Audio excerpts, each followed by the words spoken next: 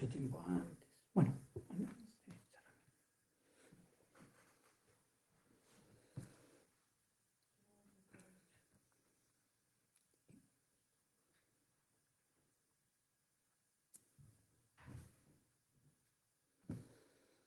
Bueno, buenas tardes.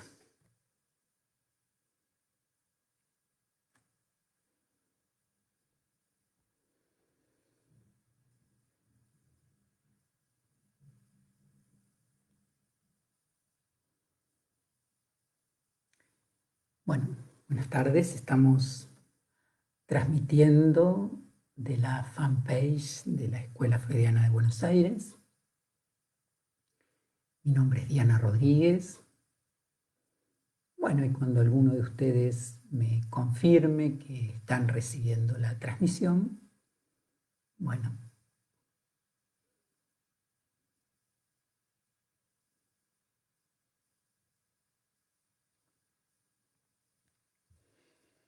Paula, buenas tardes. Bueno, allí veo que estás recibiendo entonces la transmisión. Vamos a Patricia. ¿Qué tal? Bueno, tuvimos un pequeño problemita técnico recién. Realmente prefiero el escenario estándar de hola Ruth, hola Natalia. Bueno, estamos transmitiendo de la fanpage de la Escuela Freudiana de Buenos Aires. Mi nombre es Diana Rodríguez y este es el espacio del seminario de escuela abierto a toda la comunidad analítica. Este es el quinto encuentro que vamos a desarrollar en relación al seminario que Lacan dicta en el año 70-71, el seminario 18, que se titula De un discurso que no sería del semblante.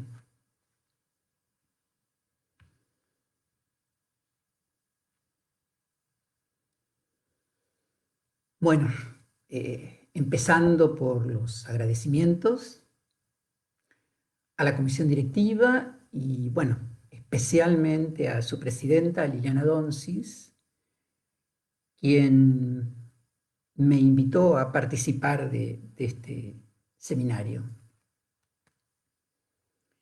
En el mes de enero, cuando la vida tenía otro escenario posible, en nuestro coloquio de verano, que se trató sobre la escritura en psicoanálisis, presenté unos fragmentos de una filmación que les recomiendo especialmente. Mi intención hubiera sido incluir aquí algunos minutos de ese film que se llama The Pillow Book, escrito en el cuerpo, se tradujo en castellano.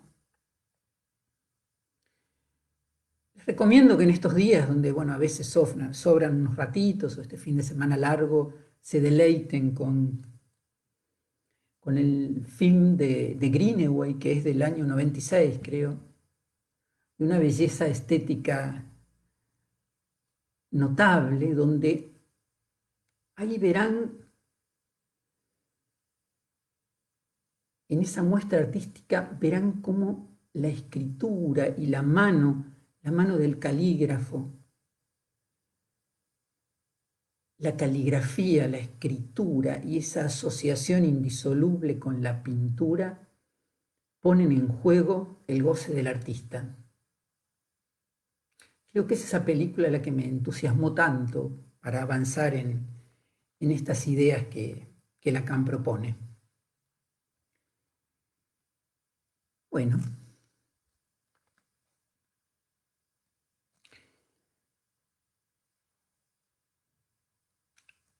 ¿Me hacen algún comentario para tener claro que me están escuchando? Así avanzo con la clase.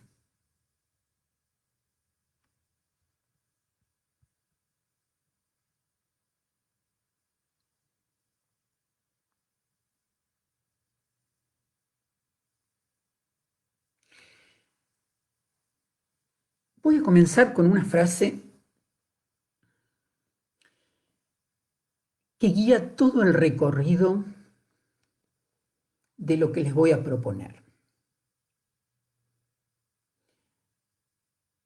Lacan dice en Du Semblant: me di cuenta que tal vez soy lacaniano únicamente, y subrayo únicamente, porque estudié chino en otro tiempo. Lacan acostumbra definirse como freudiano. Él reiteradamente dice: yo soy freudiano, ustedes si quieren sean lacanianos.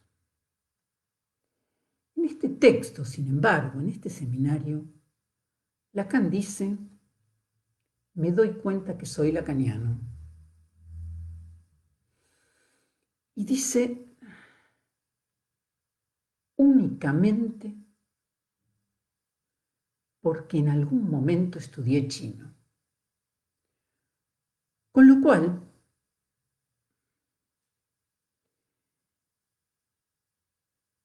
está presentando, está proponiendo, por un lado, un punto de viraje del ser freudiano al ser lacaniano, profundamente enraizado en su interés por el pensamiento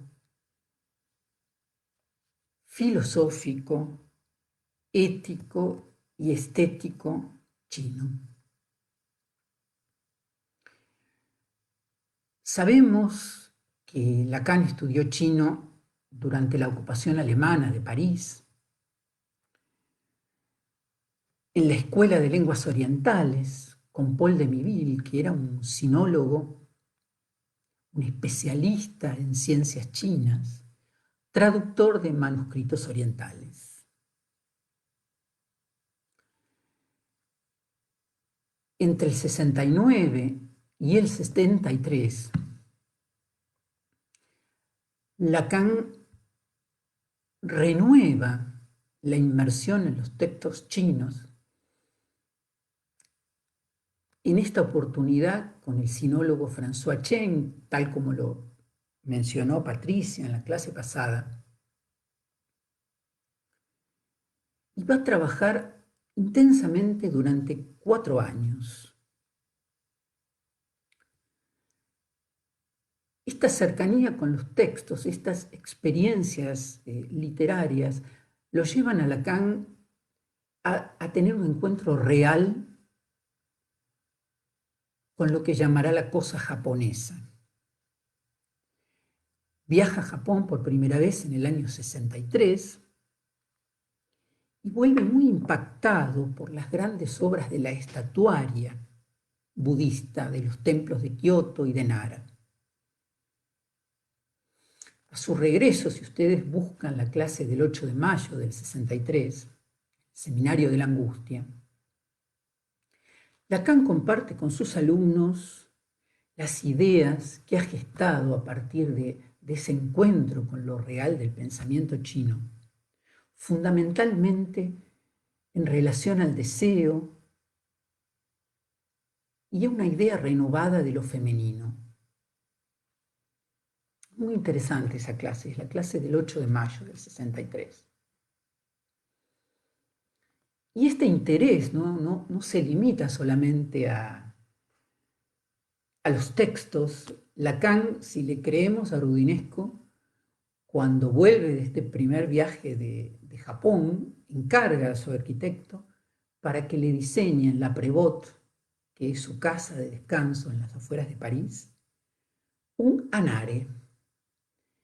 ¿Qué es un anare? Un anare es una habitación, un diseño, un habitáculo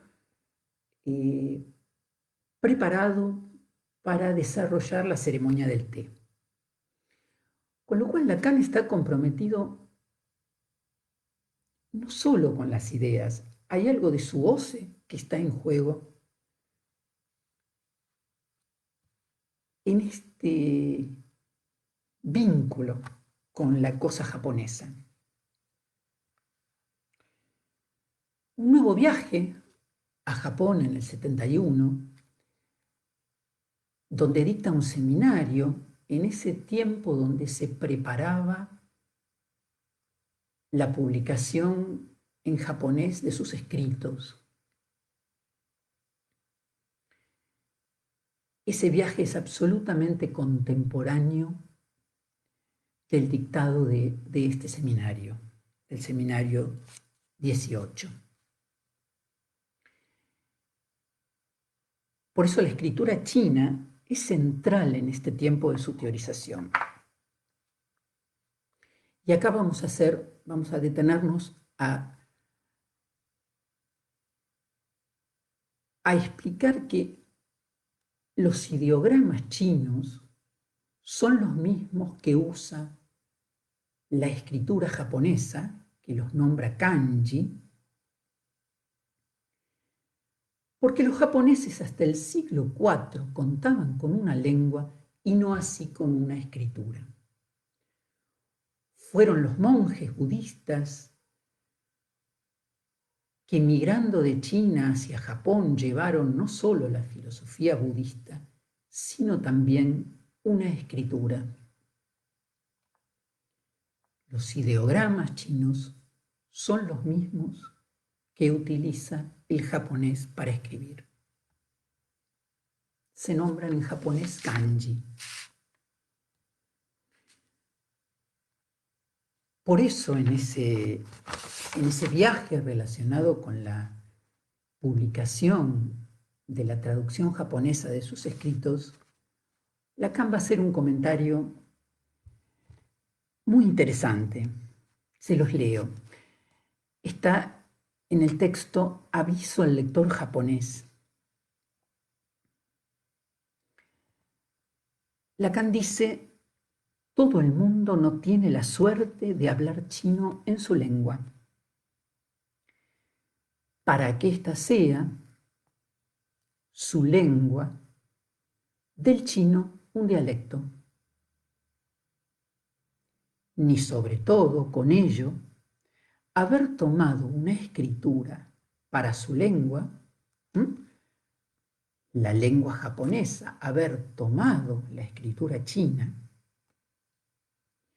una lengua tan extranjera que eso vuelve allí tangible a cada momento la distancia del pensamiento, o sea, del inconsciente, a la palabra.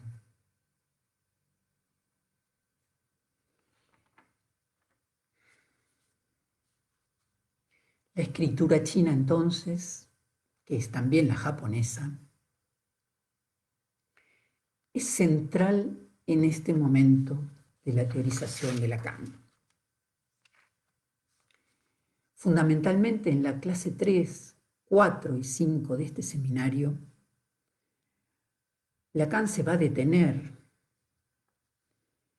en la escritura china, en tanto la escritura china le permite fundamentar y profundizar su debate con la lingüística, lo que detalladamente nos comentó Daniel Paola cuando trabajó la clase 3 del seminario. La escritura china también le va a permitir distinguir a la escritura como distinta de la foné.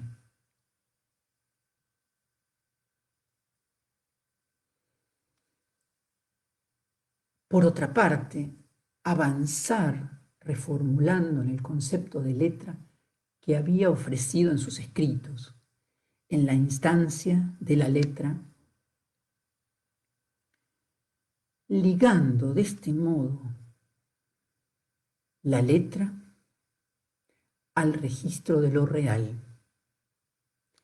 A partir de estos textos, la letra quedará situada en el registro de lo real, litoral entre saber y goce, y el significante será del orden de lo simbólico. Por último, la escritura va a permitirle desarrollar más adelante, en el seminario 24, el concepto de par lettre, profundamente imbrincado, sostenido en las ideas sobre la poética china que François Cheng va a compartir con él en un texto que se llama La escritura poética china, y que, bueno, en alguna oportunidad podemos también abordarlo.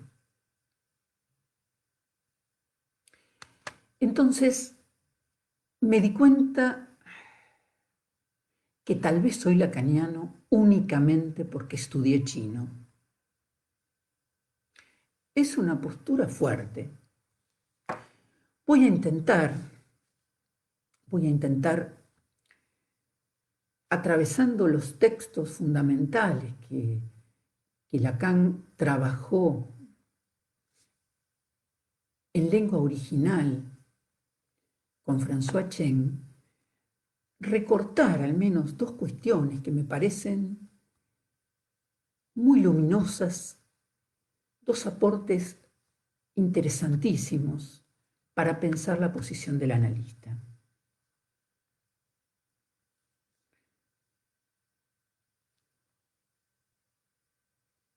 Uno tomado de las ideas de Mencio,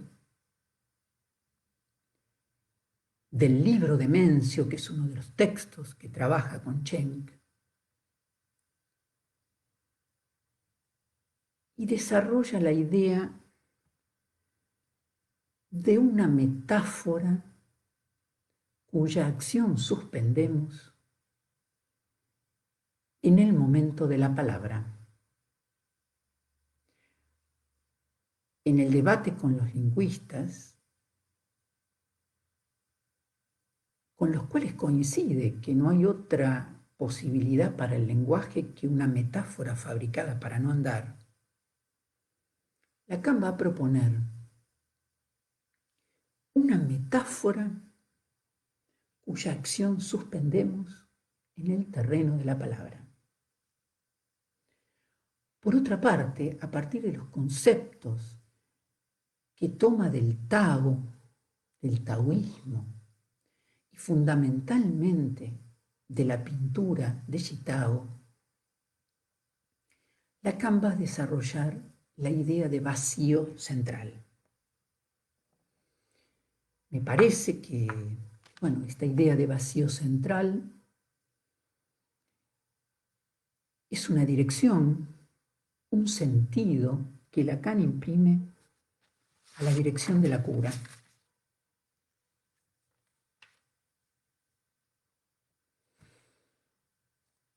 Guiada por esas dos coordenadas, una metáfora que suspendemos en el momento de la palabra y el analista orientado en el lugar del vacío central. Vamos a recorrer los textos que Lacan trabajó con François Cheng.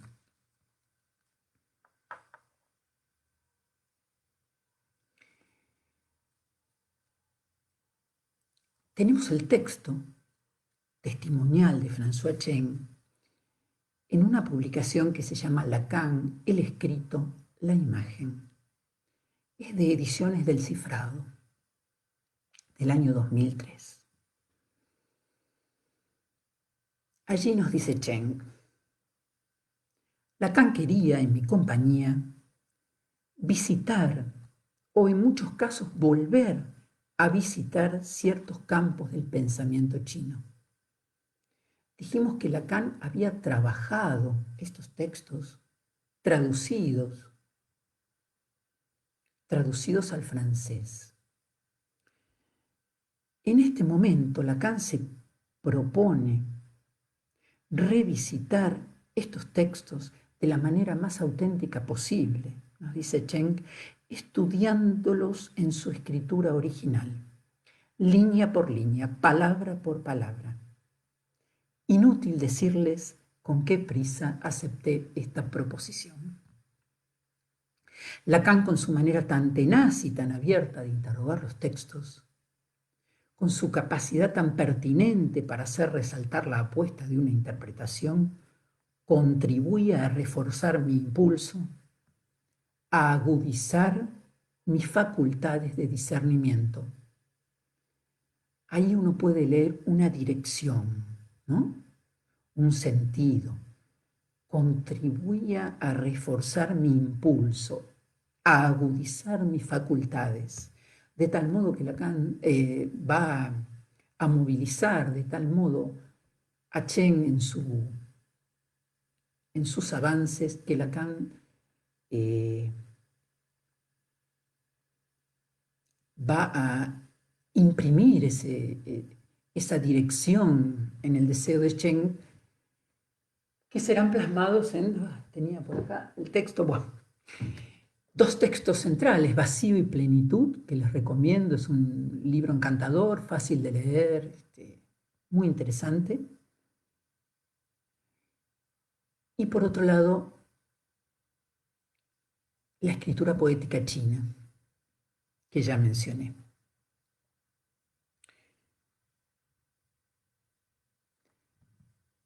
Aparte de discusiones puntuales sobre diversos temas, tales como los pronombres personales, las proposiciones, las expresiones en tiempo chino, Chen nos dice que estudiaron con Lacan 3 obras principales: el libro de la vía y su virtud, libro central de la filosofía taoísta, el libro de Mencio, que es uno de los textos relevantes del confucianismo, y las palabras sobre la pintura del monje Calabaza Amarga, más conocido como Shitao. Sobre el final vamos a ver cómo Lacan pone la marca en Chen de tal modo que Chen nos ofrece casi una viñeta clínica muy, muy interesante sobre la vida de Shitao. La primera obra, entonces, dijimos que trabajan es el libro de la vía y su virtud, atribuido a Laozi. Laozi es el padre fundador del taoísmo. Se calcula que vivió en el siglo VI a.C. Sin embargo, los textos que nos llegan de él son reescrituras de la tradición oral bastante posteriores a sus primeras formulaciones. El libro de la vía y su virtud es muy interesante, señala Chen, porque para el Tao, la vía es el camino,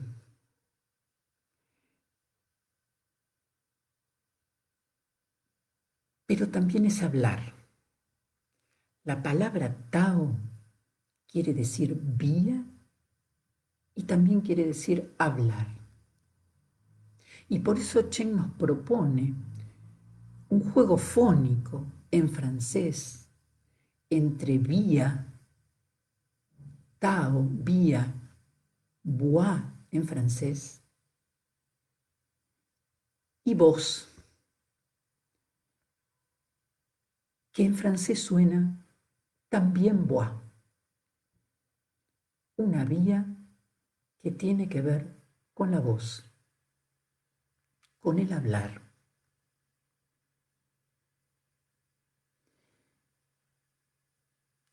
Es conocido el texto central que Lacan trabaja, pero bueno, de cualquier manera vamos a releerlos. Recuerdo la clase que dio Liliana Donsis hace unos años en el seminario sobre aforismos de Lacan. Ella trabajó este texto.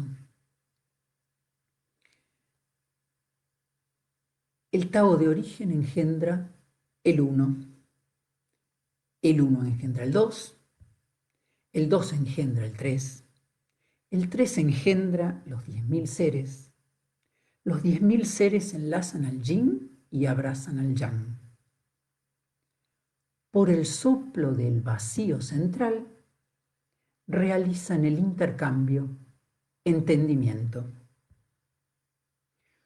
Todas las frases que anidan en este texto son subsidiarias de la noción de soplo. Para el Tao es central la noción de soplo. Y si bien el taoísmo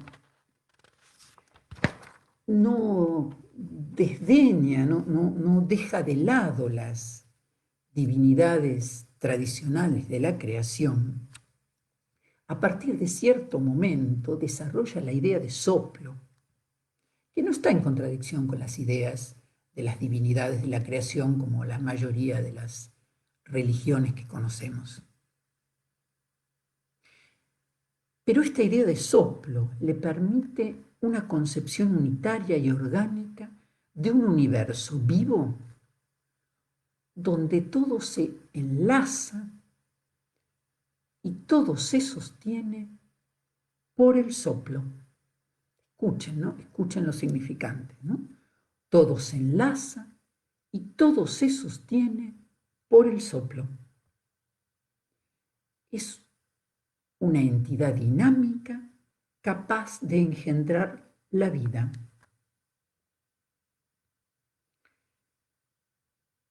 Este soplo primordial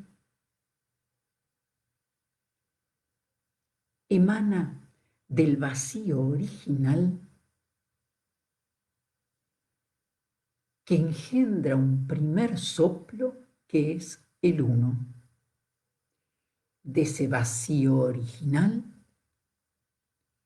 un primer soplo engendra el 1. Y vean cómo construye la serie. El 1 se divide en 2 soplos vitales, yin y yang. El yang que concierne a la fuerza activa y el yin a la dulzura receptiva. Yin y yang, de este modo, están en condición de engendrar los 10.000 seres, todas las especies. Pero ven la serie, el 1 engendra el 2, pero al 2 viene a agregarse el 3. Al corazón vivo del 2, nos dice Chen, viene a agregarse, a intercalarse el 3. Pues el 3 no es otro que el soplo del vacío central, indispensable para que el movimiento se sostenga, para que la creación se mueva. Sin ese soplo, yin y yang, nos dice el Tao, quedarían o en una virtual oposición o en lo que podríamos pensar una inhibición. Hace falta el 3 de la serie, vacío central, para que yin y yang interactúen propiciatoriamente.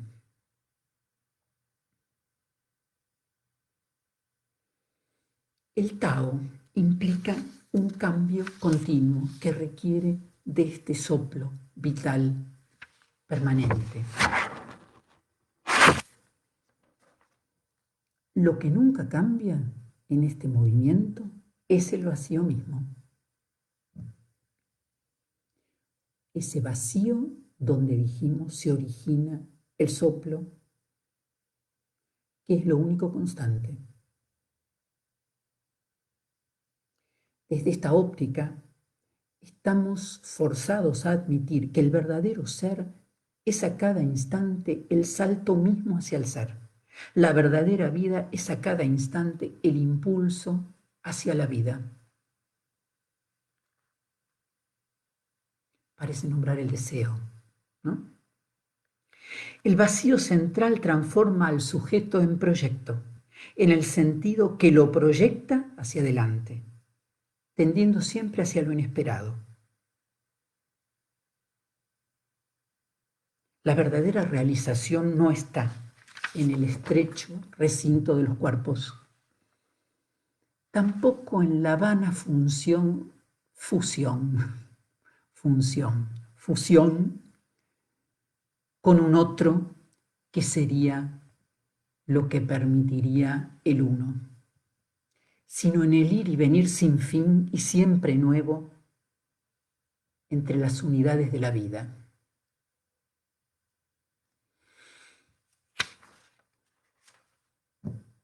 Vamos a retomar después el Tao vinculado al vacío en la pintura. Pero la segunda obra que Lacan trabaja con Chen es el libro de Mencio, uno de los 4 libros canónicos del confucianismo, que son las Entretienen de Confucio, las Conversaciones, el Justo Medio y los Grandes Estudios, los 4 libros canónicos del confucianismo. De ellos, Lacan va a elegir el libro de Mencio, un filósofo, monje budista que vivió entre el 371 y el 289 a.C. Lacan va a hablar de Mencio para hablar del santo, como en otros lugares de su obra.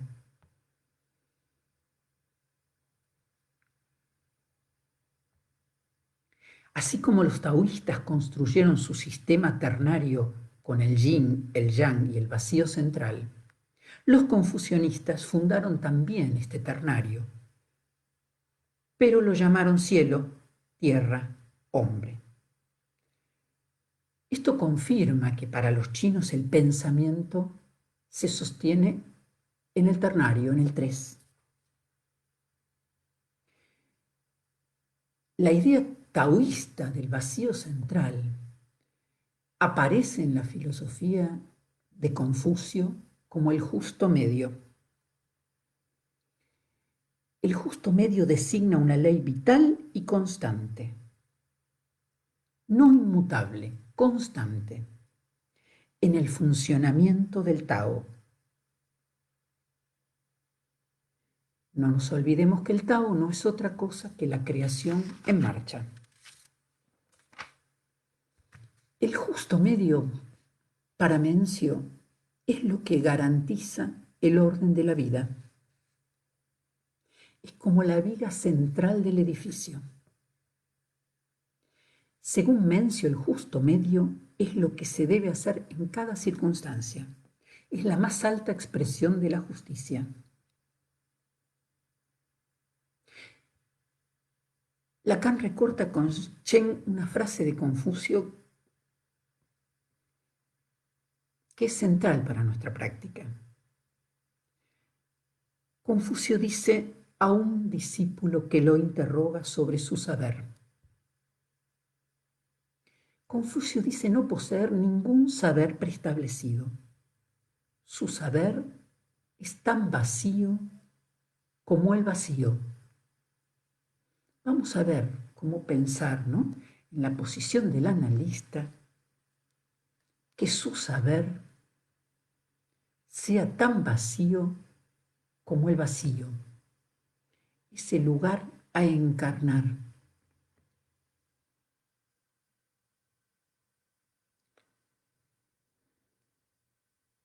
Hay un problema en el Mencio que nos dice Chen le interesó especialmente a Lacan y que tiene que ver con la palabra.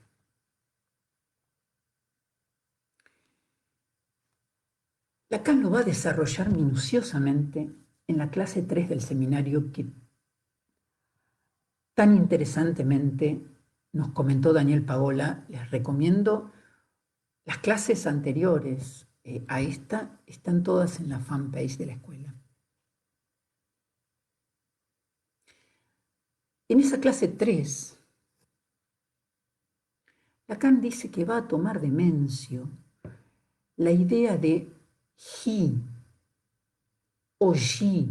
Ricardo Rodríguez Ponte ofrece las dos posibilidades fonemáticas, he o she. He encontrado otras traducciones donde traducen li, pero la idea es el concepto de cortesía. Y Lacan lo propone como una idea central para la formación de los analistas. El li, o ji, o ji, es una de las 4 virtudes fundamentales de la tradición de Confucio.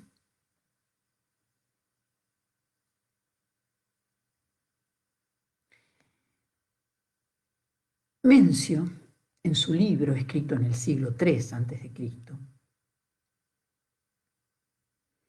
ofrece una doctrina y la transmisión de una sabiduría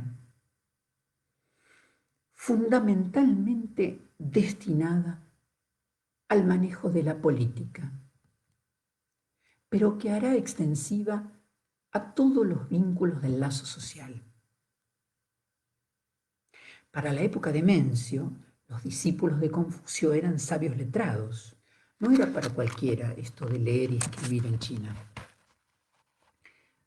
Los confucionistas eran sabios letrados y eran invitados, contratados por los príncipes para asesorarlos en la imposible tarea de gobernar, como Freud siempre nos lo transmitió, esta imposible tarea de gobernar, tan imposible como la de analizar. Quizás por eso Lacan va a abrevar en este texto. Los sabios, discípulos de Confucio, ejercían su práctica por vía de la palabra, tendiendo a rectificar y mejorar la posición del amo. Era fundamental conocer y respetar todas las leyes de la cortesía, no equivocar el protocolo, conocer y manejar cada una de las reglas culturales era progresar en la virtud de la cortesía. Ser cortés era un modo de transmitir y de enseñar.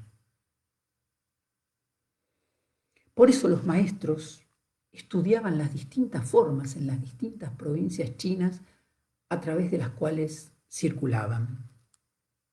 Sabían muy bien que todo ese saber solo se justifica en el momento de la yancia, de la falla, en que uno debe inventarse a sí mismo como acto cortés. La cortesía era para la tradición fundamental en el manejo de la política. Muy atentos al acto que puede generar consecuencias imprevisibles en cuanto al deterioro de la trama social. Yo pensaba mientras leía a Chen y leía a Mencio, qué bien le haría a los gobernantes actuales de todo el planeta leer los consejos de Mencio.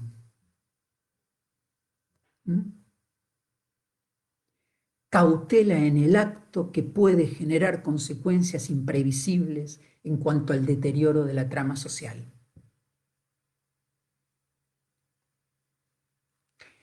Lacan introduce el término de cortesía en esa clase y lo hace en acto.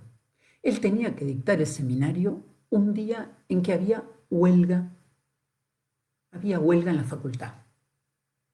Él se había enterado por los diarios de los motivos de la huelga y acordaba bastante con estas ideas, estaba de acuerdo con lo que allí se reclamaba. Sin embargo, su audiencia lo esperaba para su seminario, que se desarrollaba más allá del dictado formal de las clases de la universidad en esa oportunidad, la Sorbona. O sea que su audiencia lo esperaba, la huelga convocaba a suspender el dictado de clases, pero Lacan era un invitado, de algún modo un maestro itinerante, que tuvo que pasar de Saint-Anne a la escuela normal y de la escuela normal a la Sorbona. Él dice allí que estaba en el umbral,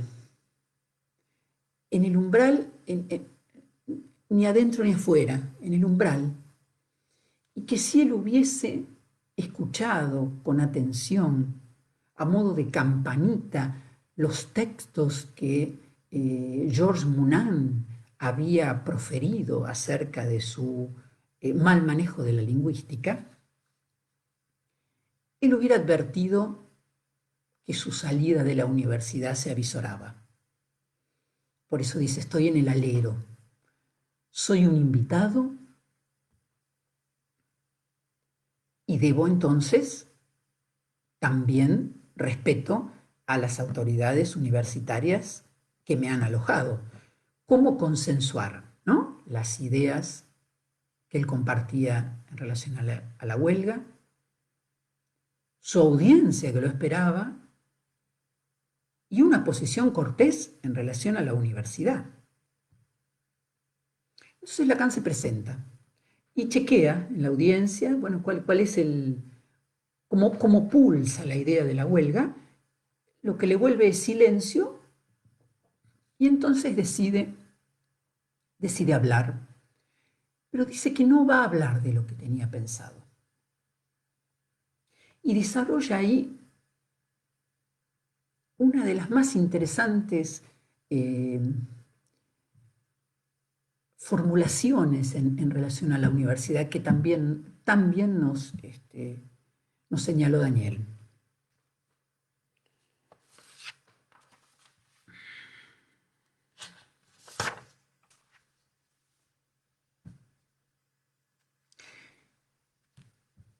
Y Lacan lo hace poniendo el énfasis en la crítica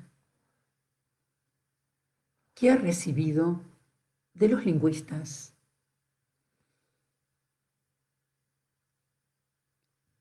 que le cuestionan qué hace de la lingüística un uso metafórico.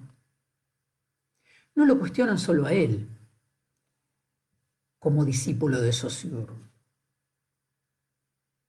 a él y a otros estructuralistas como Lévi-Strauss o como Roland Barthes. Lo cuestionan desde un nuevo movimiento, los funcionalistas, cuya voz cantante es la de André Martinet, diciendo que él hace un uso metafórico de la lingüística. Lacan va a tomar esta crítica en el sentido de una torsión y va a devolver de un modo cortés, bueno, en el modo cortés de Lacan, ¿no?,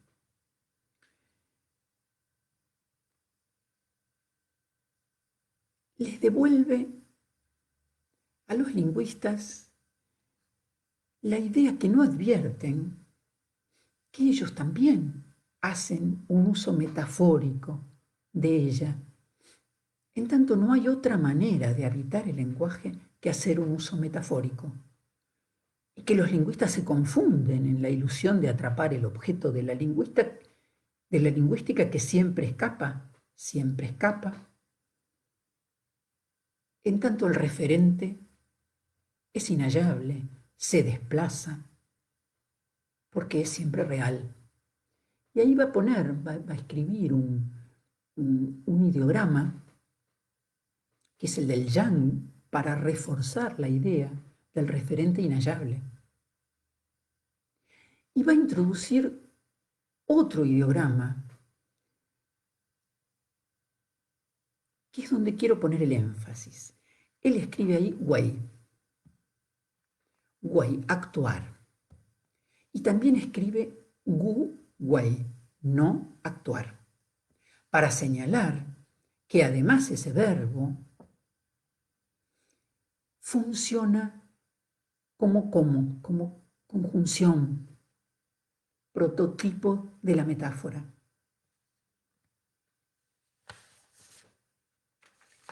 Y jugando con el gu wei, con el actuar, no actuar,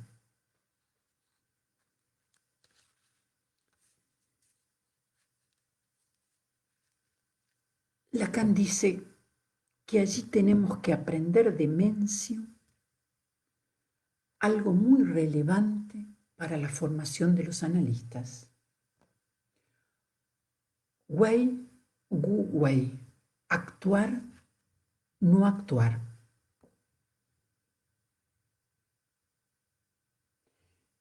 ¿Cuál podría ser un empleo del lenguaje, según Mencio? Igualmente metafórico, pero que dice la oportunidad de no estar hecho para fallar.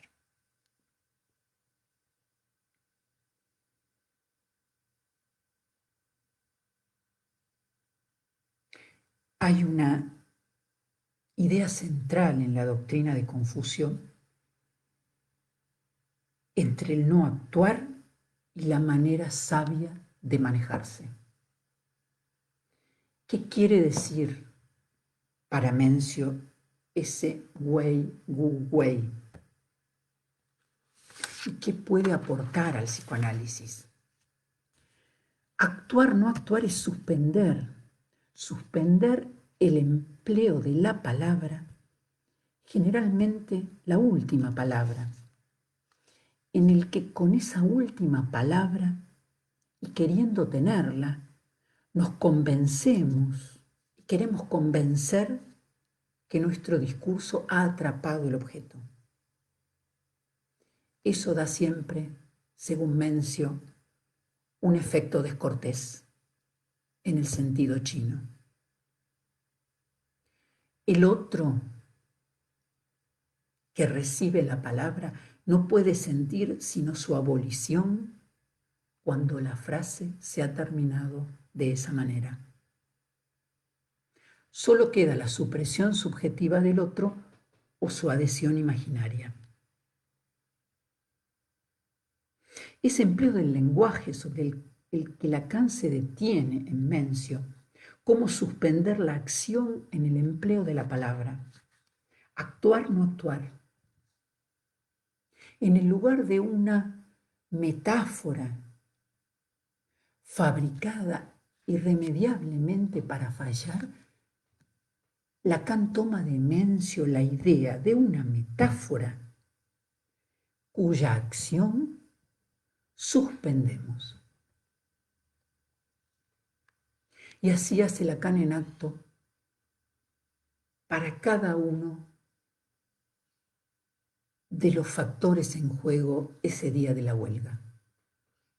No termina de adherir a la huelga, no termina de adherir a la universidad, pero quedando bien en tanto invitado, y sin restarse como presencia a su audiencia. Lacan intenta con un acto cortés no pasar a la acción en ninguno de esos frentes que se le aparecían. Suspender la acción en el momento de la palabra. Gu wei. Interesante para pensar el acto analítico. La última obra que estudiaron con Chen es el tratado de pintura llamado Palabras sobre la pintura del monje Calabaza Amarga, más conocido como Xitao, un pintor del siglo XVII de nuestra era. Sabemos que el arte de la pintura es para los chinos su arte central. segundo sería la poesía. Pero este arte de la pintura, que ha tomado la ejecución de la caligrafía y de la escritura, forma con ellas tres otro ternario, que son las tres artes del pincel: la caligrafía, la escritura y la pintura.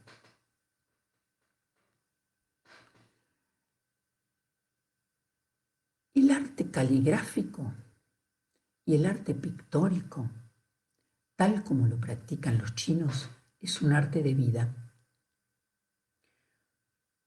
Pone en práctica todos los elementos de la cosmontología que describimos en el Tao.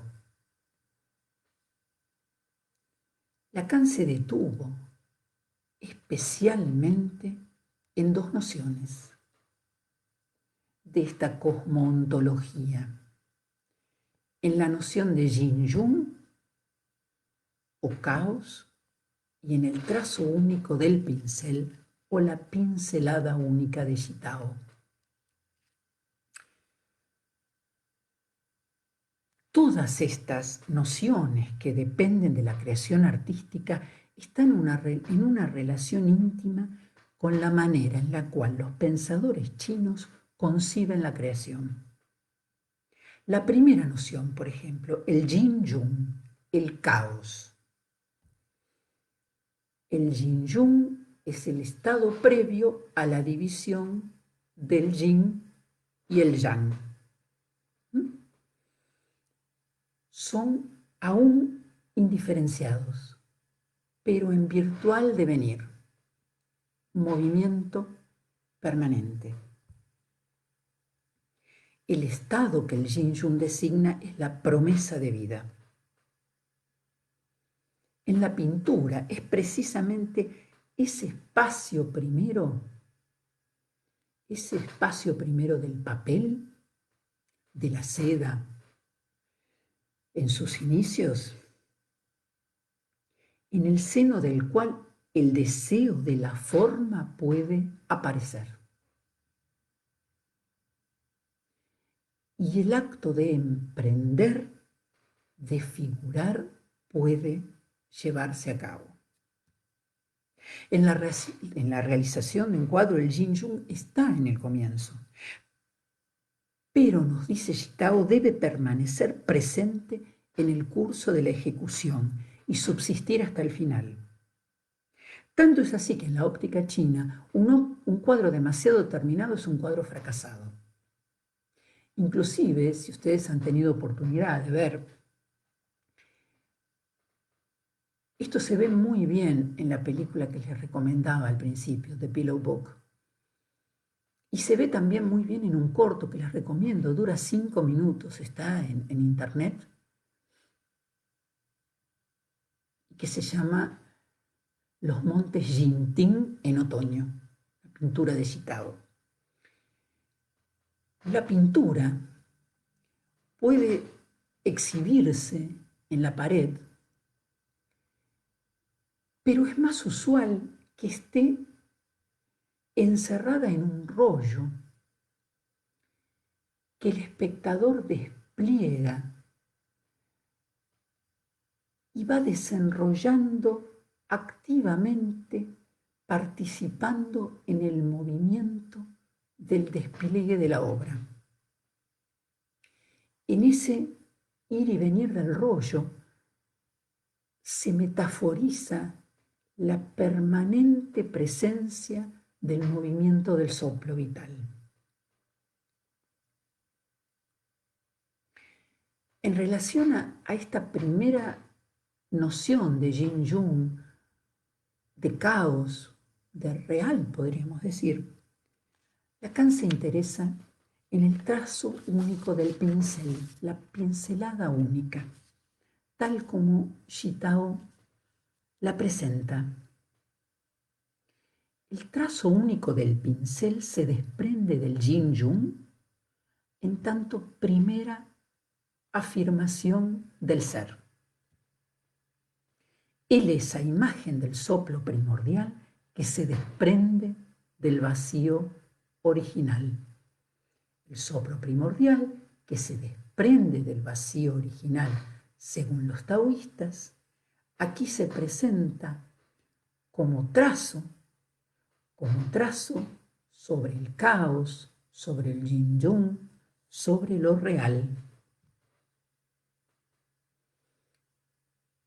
Es allí que entonces el trazo en el orden pictórico es el equivalente del soplo.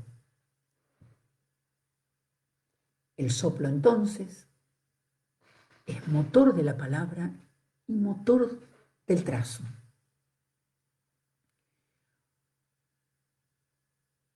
Es sorprendente ver en la película que les recomiendo cómo el pintor carga el pincel y cómo en ese trazo donde va regulando la carga de la tinta china, porque vieron que la pintura es en tonos, distintos tonos cromáticos del negro, pero con esa habilidad, con esa sensualidad que también Roland Barthes describe. Ustedes van a pescar cómo en esa mano que traza, que dibuja, que diseña, que escribe, se desprende goce. Es brillante la película de Greenaway. Ese trazo del pincel es una célula viviente, es una unidad de base de un sistema de vida, dice Gitao. Y además, en tanto poderoso significante, el trazo siempre significa más que lo que manifiesta. Ese trazo, ese primer nudo en movimiento, equivale al soplo e inicia la serie. Lo uno y lo múltiple, la traza y la transformación. Una práctica significante, nos dice Chen, que tiene una coherencia orgánica.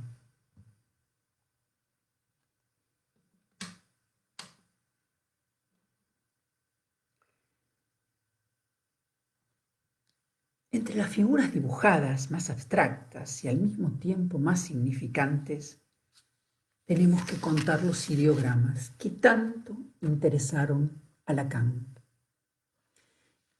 Conjunto de signos construidos alrededor de un vacío central. A causa de estos ideogramas, de estas escrituras, la caligrafía se volvió un arte central en China.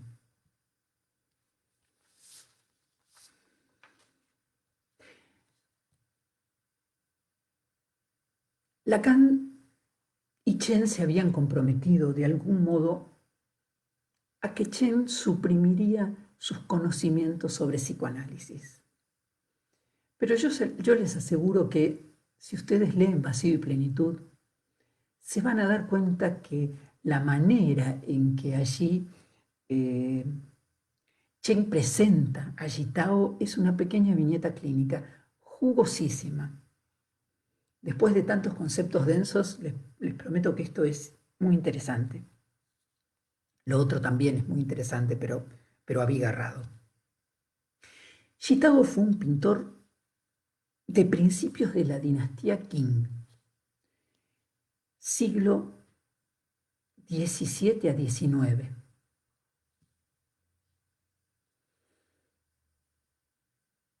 Que escribe este texto, Palabras sobre la pintura. Su verdadero nombre era Su Ruoji y su nombre monástico era Daoji. Gitao era de sangre imperial, era el hijo del hermano mayor del fundador de la dinastía reinante, la dinastía Ming. Suele admitirse que nació en 1641, en el extremo sur de China. 3 años después de su nacimiento, los manchúes ocupan Pekín y fundan una nueva dinastía, la de los Qing.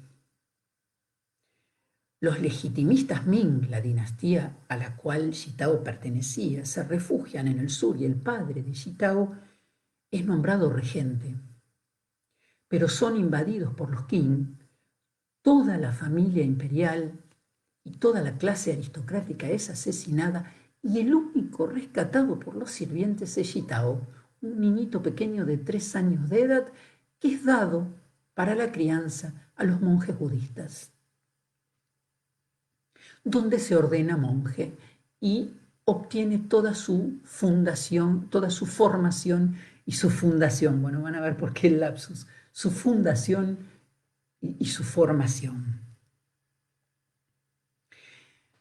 No tardó en revelarse en Shitao unas maravillosas capacidades como pintor. Y es así que abandona el monasterio y empieza a desplazarse por el imperio, adquiriendo fama importante como pintor. Chen nos dice que Shitao es un ser colmado de contradicciones.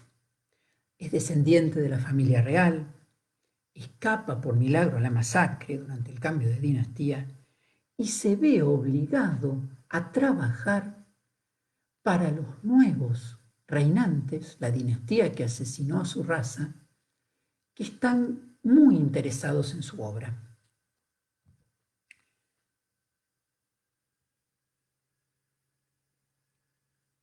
Chen dice que su desgarramiento y su dolor se advierten en los poemas que escribe en el borde de sus obras.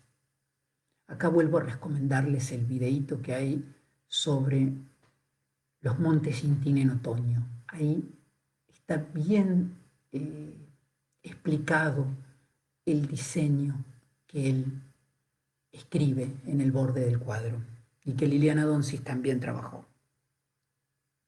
El drama vivido por Shitao, y presten atención, porque esto es como una revelación, fue, por así decirlo, una triple pérdida del padre.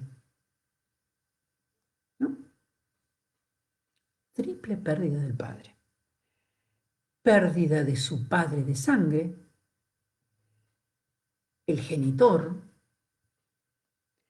pérdida de la dinastía a la cual estaba ligado y pérdida de su maestro espiritual, en tanto él abandona el monasterio para hacer su camino como pintor.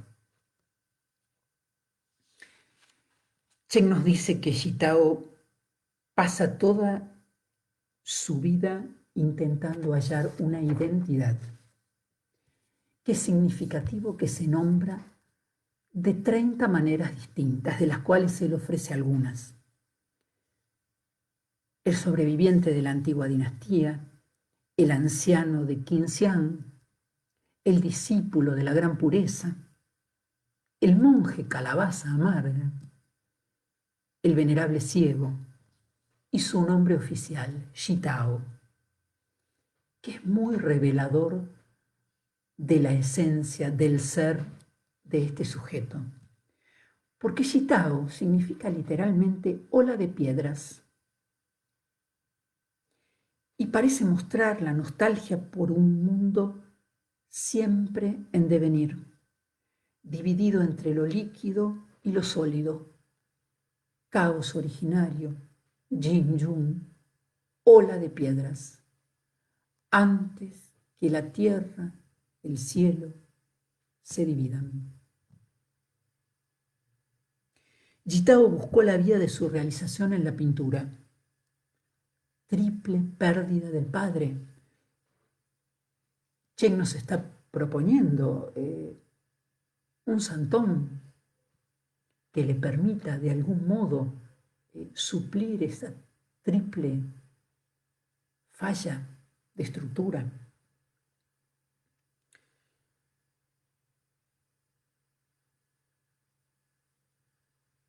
Por su drama personal y gracias a su formación budista, taoísta y confuciana,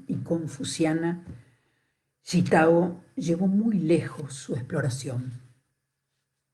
Su vida de artista, nos dice Chen, fue una búsqueda constante que se plasma en este texto que no he conseguido, las palabras del monje Calabaza amarga sobre la pintura. Pero sí está rescatado de algunos trabajos, que en el capítulo 10 de estas palabras, Yitao utiliza el término Hundum, caos, para designar el estado virtual que precede al acto de pintar. Yundum, Jinjum, caos real. Yitao sitúa su concepto de pincelada única en relación a este caos inicial, a este Hundum, a este Jinjum. Esa pincelada única, ese trazo único del pincel, es la unidad inicial del ser.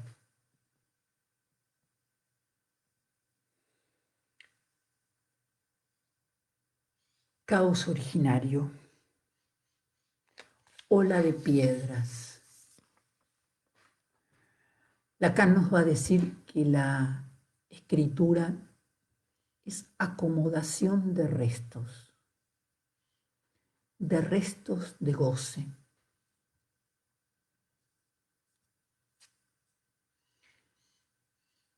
Esta pincelada única, este trazo único del pincel, es lo que Lacan toma de Yitao como uno del trazo, el lunario. Lo toma de la pintura china de Yitao. Es el trazo creador que separa y articula a la vez. Antes de ese primer trazo, en el papel en blanco, en la seda, hay vacío.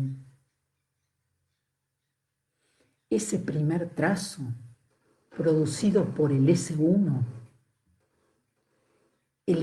solo, desprendido del semblante, fracturado del sentido, donde no hay ni cielo ni tierra, ni yin ni yang, donde hay yin-yung, donde hay caos, donde hay ola de piedras, ese primer trazo, como no representando nada, es el que produce el cielo y la tierra, la nube y la montaña.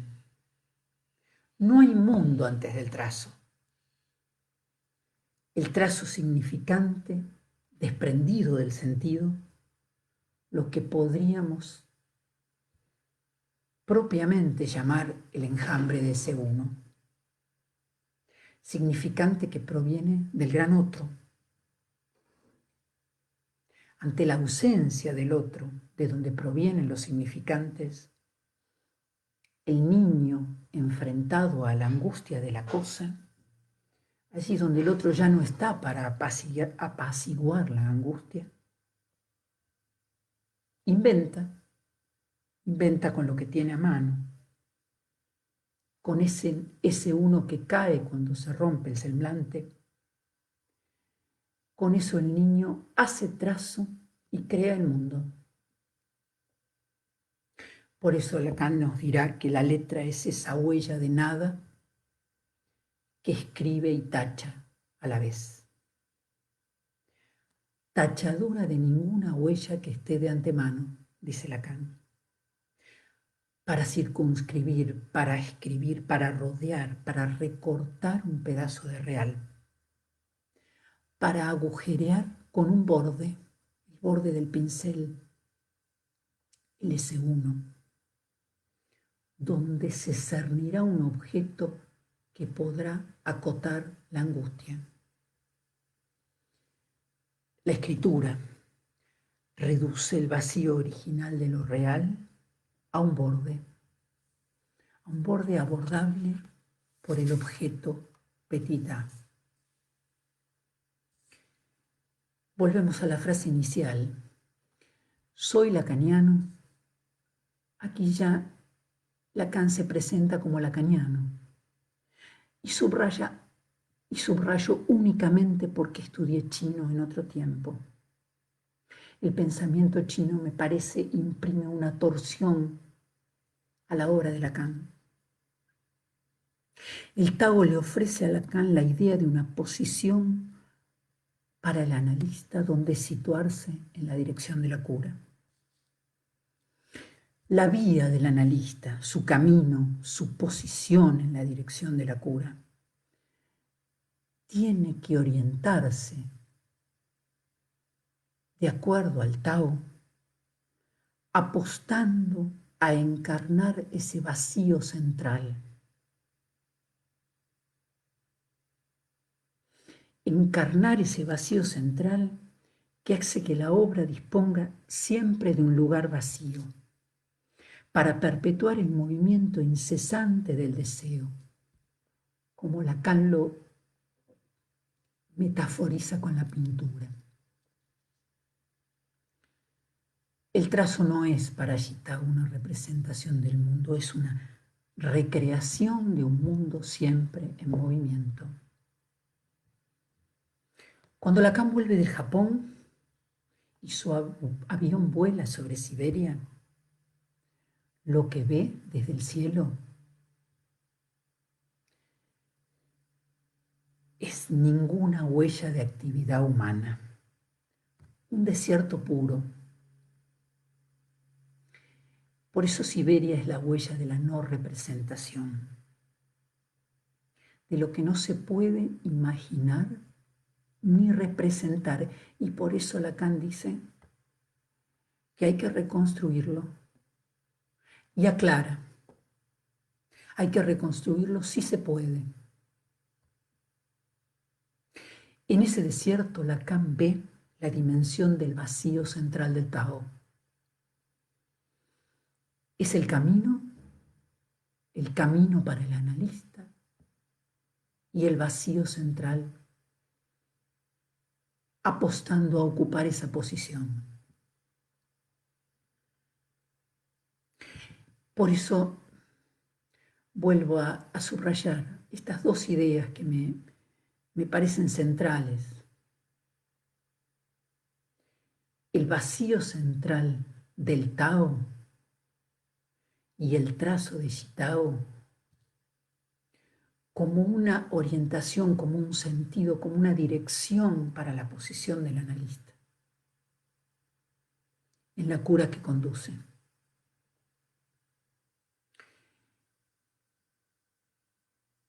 Y el concepto de mencio, de actuar, no actuar, una metáfora no fabricada para no fallar, una metáfora cuya acción suspendemos, una metáfora cuya acción suspendemos en el terreno de la palabra.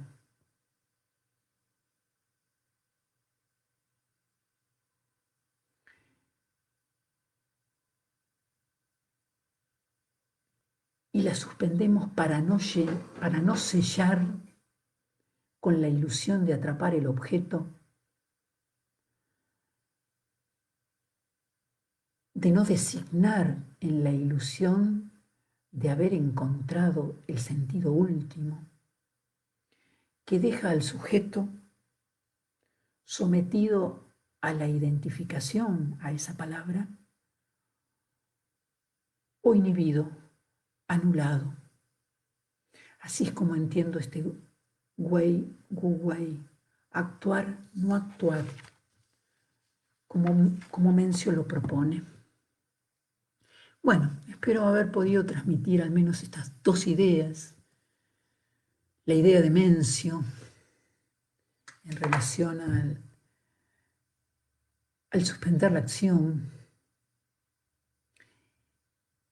y el concepto de vacío central del Tao y de la pintura, tal como Gitao nos lo ofrece. Y entusiasmarlos a la lectura de estos textos que a mí al menos me han llenado de preguntas, de incógnitas, de un movimiento hacia adelante para seguir intentando desglosar la confusa y complicada, y no por eso menos apasionante, aventura que Lacan emprende con la escritura china. Bueno,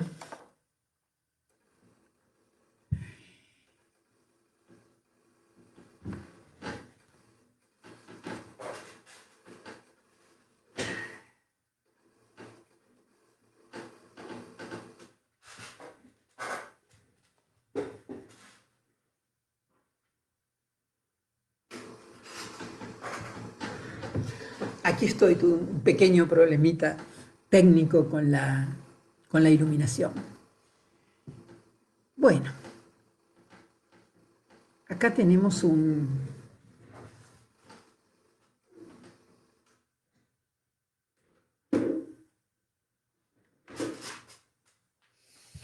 Voy a tener que cambiar la iluminación porque uno de mis dispositivos técnicos ha enloquecido.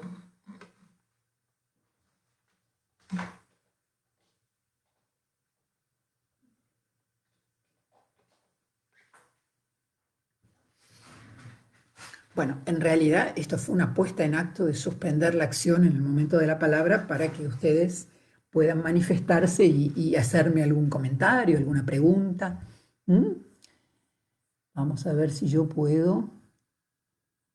Si yo puedo.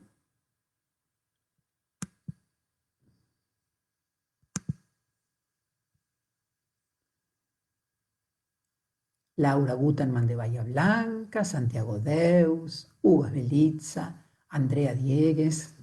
Bueno, aquí los tengo a todos.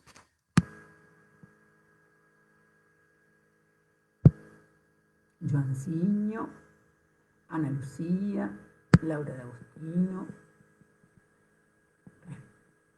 Escuela Federal, buen día, hola, hola. O los he dejado mudos, lo cual no era la intención, precisamente mi idea era, no. Pero bueno, tal como lo leí en Heidegger, de Camino al Habla, Valeria Cayón. ¿Qué tal, Valeria? Hilda Levin, una sabiduría que se sostiene en el vacío de saber, en un no saber, una sabiduría que pone en cuestión todo saber establecido. Sí, esa es exactamente la enseñanza de Confucio. Jorge Cesarino, de Curitiba, buen día. Docta ignorancia, nos dice Matías. Asisto en Ponta Grossa. Silvia Tomás. Decir douso cuando alguien llega es un saludo que significa recíbame bien, a propósito de la cortesía en japonés. Bueno, gracias Silvia. Zuli, muy interesante y estimulante. Gracias Diana por tu cortesía. Bueno, espero que haya sido una experiencia cortés.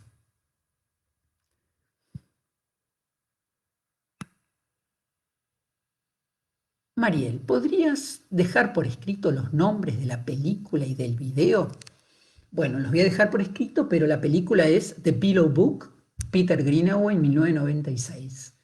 The Pillow Book está basado en el libro de la almohada que escribe una cortesana japonesa. Ustedes saben que las primeras literatas importantes en Japón fueron mujeres. Yo les prometo que sobre esto voy a escribir en el nuevo cuaderno Sigmund Freud, voy a escribir sobre The Pillow Book.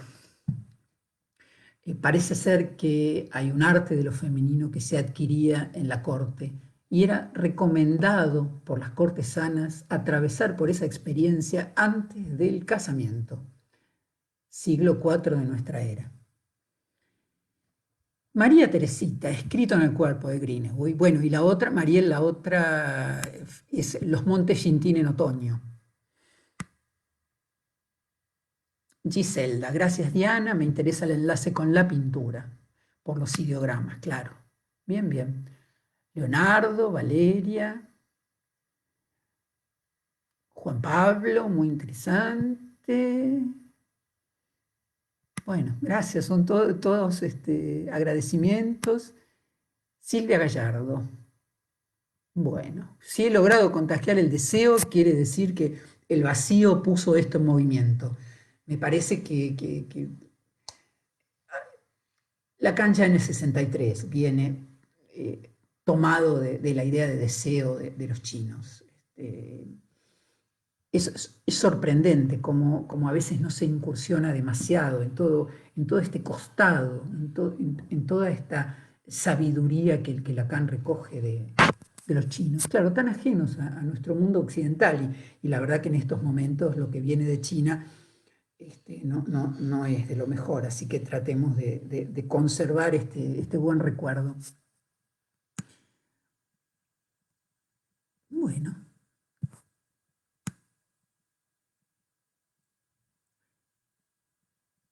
Hilda, sí entusiasma el recorrido que nos transmitís, ese vacío central del Tao en el sujeto, en el análisis, no solo es metáfora, es un real que potencia el deseo.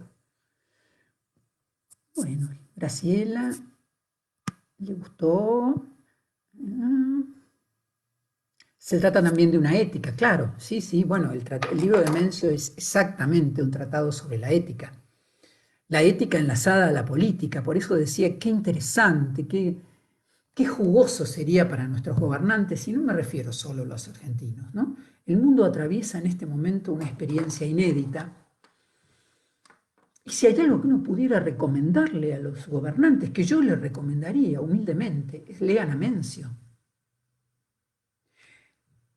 Un acto que preserve la estructura del lazo social, que conserve los enlaces del lazo social, implica muchas veces suspender el goce de la palabra. Porque entonces sí, bueno, hablamos, decimos barbaridades, buena performance, dirían los lingüistas funcionalistas, buena performance. Mencio diría que no se trata de esa ética para la política, tampoco para el analista. ¿Mm? Bueno.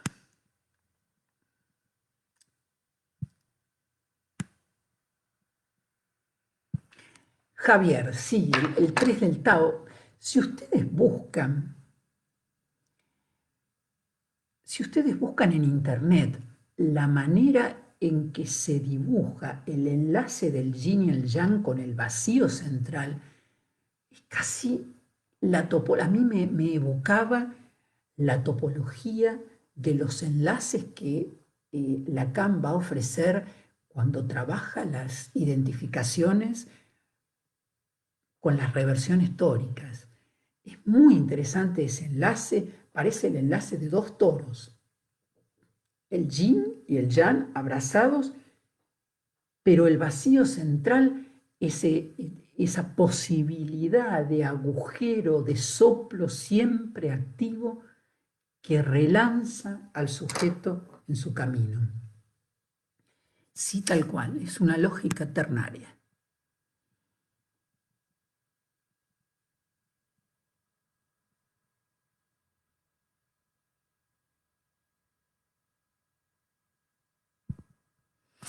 José, sí,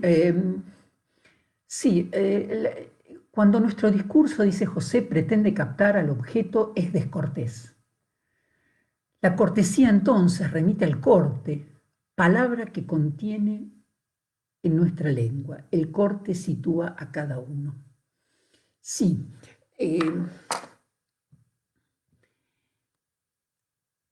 no siempre. A veces el corte es instrumentado de una manera tan categórica, tan aplastante, que coagula aún ese sentido. Me parece que de esta idea de cortesía, de suspender la palabra, Lacan pasa a la idea de la poética. Y entonces ahí, porque a veces el corte también coagula el sentido del último tramo de la frase, ¿no? Hay que modular con cautela en esta vía del analista, entre la vía y la voz, hay que modular con cautela. A veces el corte es también descortés. En la vía yo lo que agregaría después de tantos años trabajando el tema de la voz, para mí esto de la vía y la voz fue un descubrimiento que pienso relanzar. El modular. El modular es central para la vía del analista. Para su posición en la dirección de la cura, el modular, su vía, su Tao, también tiene que ver con su voz. A veces el subrayado, a veces el corte puede llegar a ser descortés. Esta ciencia de la palabra que los discípulos de Confucio, me resulta raro decir los confucianos, los discípulos de Confucio transmiten, es ese saber en acto siempre nuevo, siempre renovado, del cual en realidad hace falta mucha experiencia para poder situarse en ese no saber y suspenderlo en cada acto. Bueno, por hoy me parece que es suficiente. Así como me pidieron, voy a dejar la referencia de la película de Greenaway y ojalá tengamos oportunidad de trabajarla, pero va a ser muy útil que ustedes la vean y se deleiten con,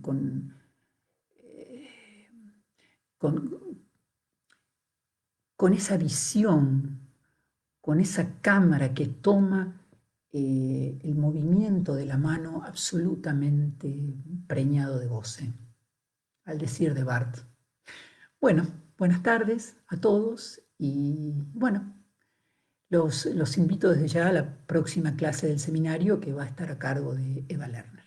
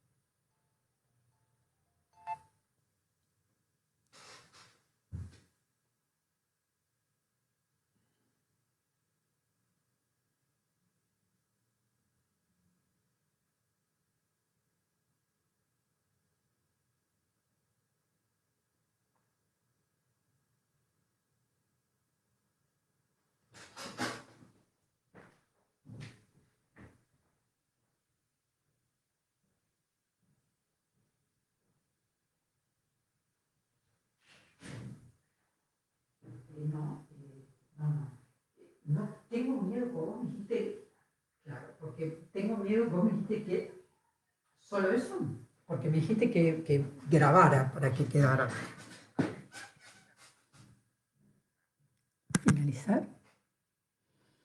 Y acá dice finalizar video en vivo. Si finalizas el video en vivo ahora, podrás elegir si quieres guardarlo o eliminarlo.